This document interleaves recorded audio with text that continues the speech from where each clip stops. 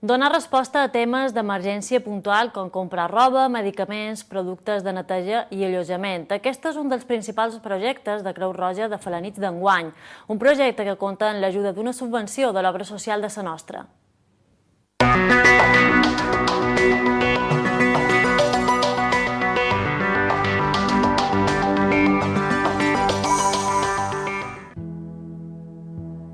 Aquesta és una de les habitacions que es poden trobar a la seu de la Creu Roja de Felanitx, munts de roba que la gent ha anat rellelant i que estan destinades a les persones més necessitades.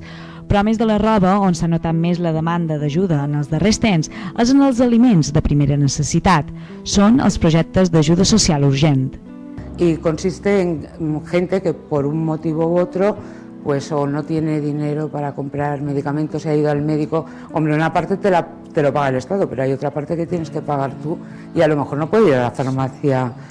Y luego, por ejemplo, ahora mismo no repartimos comida y te encuentras gente que es que no tiene ni para comer, o sea, no tiene un plato.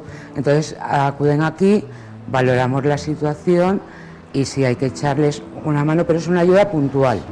A més, en la mesura del possible, s'intenta ajudar a les persones que per un motiu o per un altre han perdut casa seva.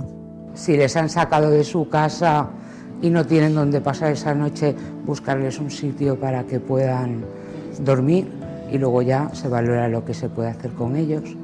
Darrerament, des de Creu Roja ha notat un augment considerable de persones que demanen ajudes de productes bàsics.